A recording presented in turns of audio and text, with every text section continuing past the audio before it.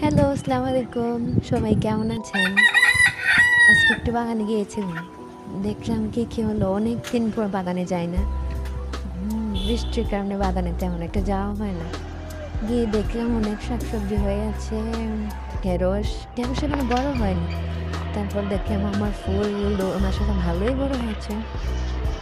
এবার অনেক ফুল দিয়েছে। গতবার কিন্তু তেমন ফুল দেয়নি। তারপর বেগুন নিতে গেলাম বাগান থেকে। বেগুন রান্না করবো আজকে, যেহেতু গাছে অনেক বেগুন আছে, তাই ভাবলাম নিয়েই ফেলি। তারপর 2টা বেগুন নিলাম। তারপর দেখলাম আমার জবা গাছে ভালোই মাশাআল্লাহ ফল দিল। তারপর আরেকটা গাছ থেকে বেগুন নিতে গেলাম, ওইখানে ভালোই হলো। বৃষ্টির কারণে যদিও সবগুলো গাছ নষ্ট হয়ে গেল, তারপরও মাশাআল্লাহ 2টা গাছ থেকে ভালোই নিলাম। তারপর এক এক করে বেগুনগুলো কেটে ফেললাম। এই যে আমার বেগুন বলা। তারপর কিছু মরিচ দেখলাম, অনেকদিন গাছ থেকে মরিচ খাওয়া হয় না। বৃষ্টির কারণে না কি কারণে জানি না, আমার গাছগুলো কেমন হয়ে গেল,